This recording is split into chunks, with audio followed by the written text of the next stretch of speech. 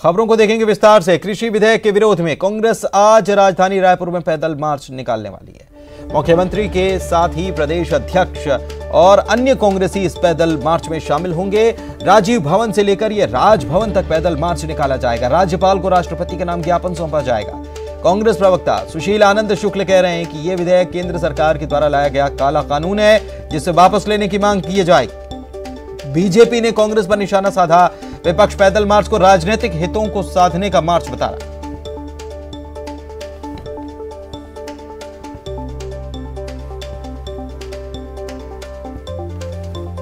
कृषि bill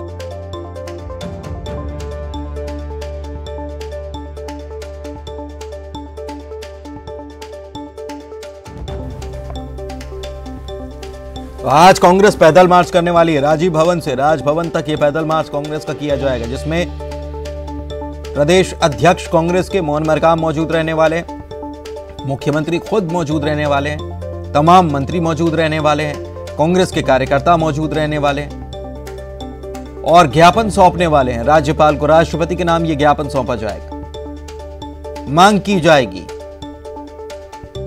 bill जो लाया गया था, जो कानून बन गया, इसे काला कानून बताया गया और इसी का विरोध कांग्रेस करने वाली है।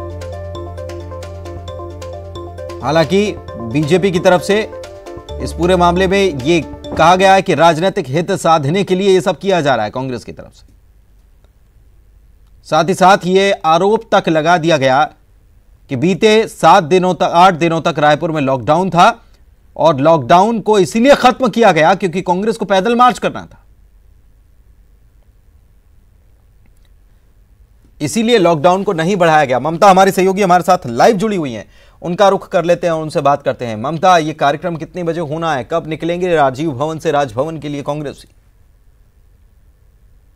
11 बजे राजीव भवन से जो है राजभवन के लिए जो कांग्रेसी जो है वो निकलेंगे। मुख्यमंत्री भूपेश बघेल और पीसीसी अध्यक्ष मोहन मरकाम जो है उनके अगुवाई में, और उसके साथ ही तमाम जो कांग्रेस के विधायक हैं, सांसद हैं और कार्यकर्ता हैं, उन्हें इसमें शामिल होने के लिए कहा गया है। पैदल मार्च करेंगे, उसके बाद में राज्यपाल को ज्ञापन देंगे और इस बिल के विरोध में, और उसके बाद राष्ट्रपति के नाम पे ज्ञापन देंगे। कांग्रेस का कहना है कि लगातार वो इस बिल को लेकर विरोध कर रहे हैं और ये विरोध उनका जारी रहेगा और यही वजह है कि इसको वापस लेने की मांग को लेकर के हम जो है वो राजभवन जाएंगे, राज्यपाल को राष्ट्रपति के नाम पे एक ज्ञापन सौंपेंगे। तो जाहिर तौर पर आज जो प्रदर्शन है उसको लेकर हालांकि राजनीति भी शुरू हो गई है। भारतीय जनता पार्टी लगातार इस बात को लेकर एक तरह से कहें कि सवाल उठा रही है। उनका कहना है कि लॉकडाउन इसलिए खत्म किया गया ताकि ये जो पैदल मार्च का जो आयोजन है वो पूरा किया जा सके। उनका कहना है कि अगर ग्राफ गिर रहा था, अगर संक्रमण का जो दायरा है वो कम हो रहा था, संक्रमण की जो चेन है वो टूट रही थी, तो ऐसे में लॉकडाउन क्यों हटाया गया। नेता प्रतिपक्ष धर्मलाल कौशिक ने भी बयान जारी किए थे। इसके अलावा बीजेपी के जो पूर्व मंत्री बृजमोहन अग्रवाल हैं, उन्होंने भी इसी बात को लेकर सरकार पर निशाना साधा। हालांकि कांग्रेस का कहना है और खासतौर पे कृषि मंत्री रविंद्र चौबे का कहना था कि 7 दिनों के लिए ये लॉकडाउन लगाया गया था और लोगों ने तैयारी भी उस तरीके से की थी।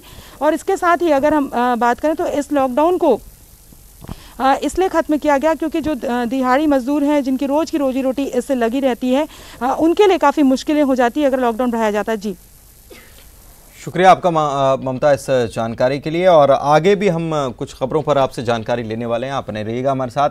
इधर छत्तीसगढ़ में कोरोना का कहर जारी है। सोमवार को 3725 नए मरीज मिले हैं। रायपुर से 590 मरीज नए सामने आए, जो सबसे ज़्यादा हैं।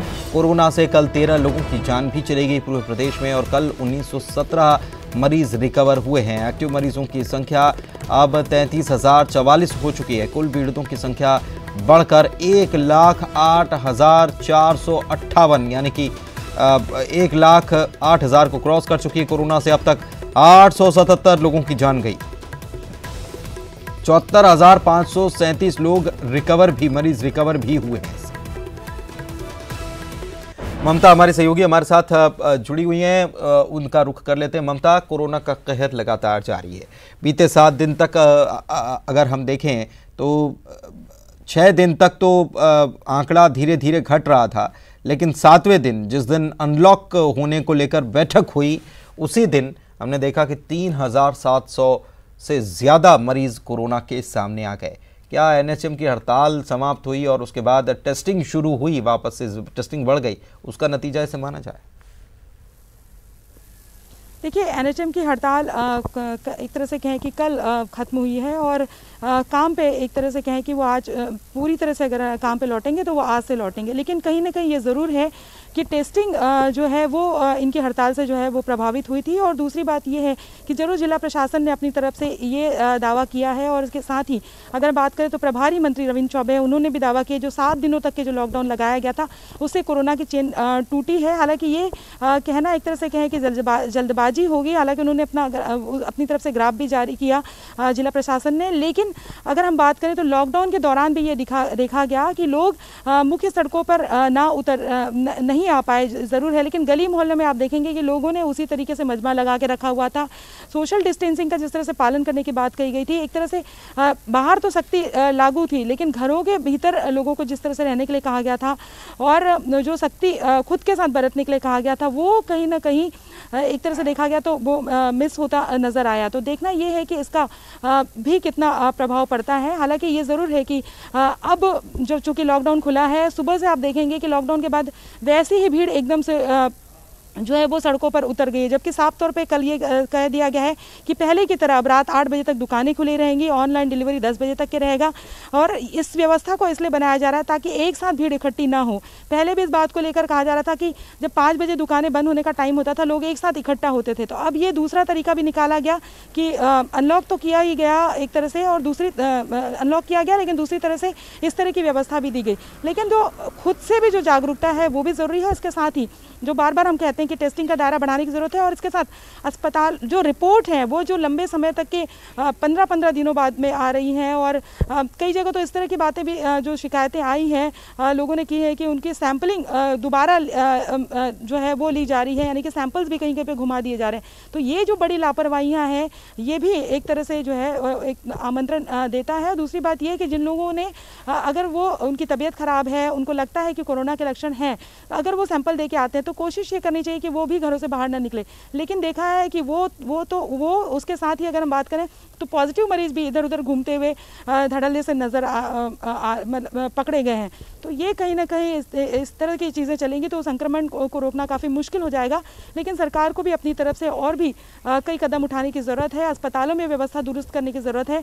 मौतों के आंकड़े बढ़ रहे हैं, जरूर आप दावे कर अगर लोग नहीं समझ रहे हैं तो सरकार को सख्ती भी दिखानी चाहिए। अगर लोग नहीं समझ रहे हैं तो सरकार को सख्ती दिखाने की आवश्यकता भी है। ब्रेक के बाद आपका स्वागत है। टीकमगढ़ से बड़ी खबर आपको बता रहे हैं। 8 साल के मासूम की बेरहमी से हत्या करने का मामला सामने आया। हाथ पैर बांधकर गले में फंदा लगाकर उसकी हत्या की गई है। उसका शव मिला कल शाम। अचानक से ये बच्चा गायब हो गया था। खेलने के लिए घर से निकला था लेकिन लौटा नहीं। परिजनों ने मासूम के लापता होने की शिकायत जब की और देर रात पुलिस ने जब खोजबीन और तेज की तो खंडहर से ये शव बरामद किया गया।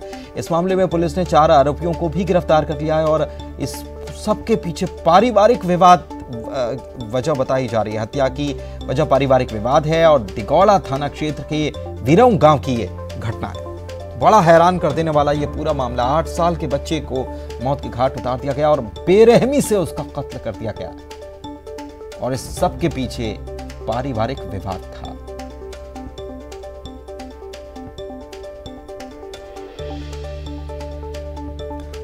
राजीव हमारे सहयोगी हमारे साथ जुड़े हुए हैं फोन लाइन पर, उनसे बात करते हैं। राजीव, वाकई में बहुत ज़्यादा हैरान कर देने वाला मामला कि कैसे विवाद था, परिवार में विवाद था, लेकिन कैसे कोई 8 साल के बच्चे की हत्या कर सकता बेरहमी से। बिल्कुल पुनीत, ये गंभीर मामला है और 8 साल के मासूम की बड़ी ही निर्मम तरीके से हत्या की गई है। पहले इसके हाथ पैर बांधे गए, इसके बाद खंडर में ले जाकर उसका गला रस्सी से दबाया गया और 4 लोगों ने निर्मम हत्या की है। पुलिस का कहना है कि 4 आरोपियों को रात में ही गिरफ्तार कर लिया था। कल शाम यह बच्चा अपने घर से खेलने के लिए निकला था और जिसके बाद यह अचानक से गायब हो गया। परिवार वालों ने काफी खोजबीन करने की कोशिश की और जब बच्चा नहीं मिला तो इसके बाद पुलिस को सूचना दी और फिर उसके बाद उसकी ढूंढाई शुरू की गई। तो पास के ही गांव के पास में एक खंडर में मासूम का शव पड़ा मिला, जिसके बाद पुलिस ने पूरी मुस्तैदी से काम कर पूछताछ की और रात में ही 4 आरोपियों को हिरासत में ले लिया। फिलहाल पुलिस अभी इस मामले की पूछताछ कर रही है और सबको पंचनामा बनाकर पोस्टमार्टम के लिए भेज दिया है। पुनीत, क्या वजह पारिवारिक इसके पीछे रही? पुनीत, हालांकि इस मामले में अभी एसपी से बात हुई है तो उनका कहना है कि गांव के लोग हैं जिन लोगों ने इस घटना को अंजाम दिया और इसका परिवार से पुरानी रंजिश बताई जा रही है, जिसको लेकर इन चारों आरोपियों ने इस घटना को अंजाम दिया है। पुनीत, शुक्रिया आपका इस जानकारी के लिए। तो बहुत विभत्स तरीके से इस पूरी वारदात को अंजाम दिया गया और 8 साल के पारिवारिक विवाद इसके पीछे वजह और 8 साल का बच्चा इसका शिकार बन गया। जैसे इसके बारे में कुछ भी इल्म नहीं होगा, कल शाम को खेलते हुए गायब हुआ था और उसके बाद उसको मौत के घाट उतार दिया गया बेरहमी के साथ। राजधानी रायपुर में अब लॉकडाउन को आगे नहीं बढ़ाया गया है। आज से लॉकडाउन समाप्त हो चुका है और इस बात का प्रभारी मंत्री रविंद्र चौबे की अध्यक्षता में अधिकारियों के साथ हुई बैठक में फैसला लिया गया। इस मौके पर मंत्री रविंद्र चौबे ने कहा है कि भले ही लॉकडाउन खत्म हो गया, लेकिन नियमों का सख्ती से पालन करवाया जाएगा। सड़क पर बगैर मास्क पहने निकलने वालों के खिलाफ कार्रवाई की जाएगी। जशपुर जिले में भी लॉकडाउन नहीं बढ़ाने का फैसला हुआ। यहां पर लॉकडाउन आज रहेगा। 30 सितंबर से सभी दुकानें खुलेंगी। उधर नेता प्रतिपक्ष धर्मलाल कौशिक ने इस पर सवाल खड़े किए।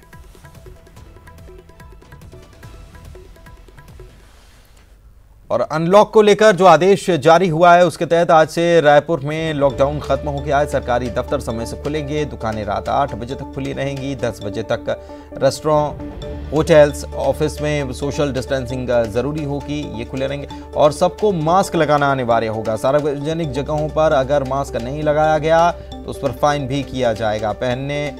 मास्क नहीं पहना गया तो इस पर 100 रुपए का फाइन करने का प्रावधान है। होम क्वारंटीन का उल्लंघन अगर किया गया तो उसका भी कार्रवाई हो जाएगी और 1000 रुपए तक का जुर्माना इस पर भी लग सकता है। दुकानदारों के लिए भी कड़े निर्देश दिए गए हैं कि वो भी ध्यान रखें, सोशल डिस्टेंसिंग का बड़ा ध्यान रखना होगा। बगैर मास्क के कोई अगर आता है तो उसको सामान नहीं दिया जा सकता। लापरवाही अगर बरती गई तो 200 रुपए का जुर्माना भी भरना होगा।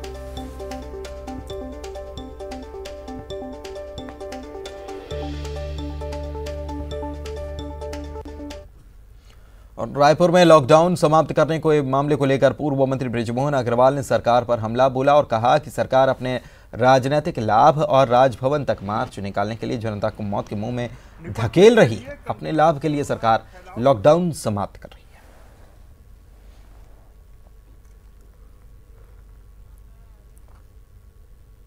कल कांग्रेस का आंदोलन है तो उस आंदोलन के लिए लॉकडाउन को समाप्त कर देना, 144 धारा पूरे शहर में लंबे समय से लगी हुई है, उसके बारे में कोई निर्णय नहीं होना, तो क्या सत्ता पार्टी अपने हित के लिए, अपने स्वार्थ के लिए जैसा चाहे वैसा जनता के जीवन को संकट में डाल सकती है? और कोरोना के संक्रमण के काल में इस बात को सरकार को भी, सरकार में बैठे हुए लोगों को भी इस बात पर विचार करना चाहिए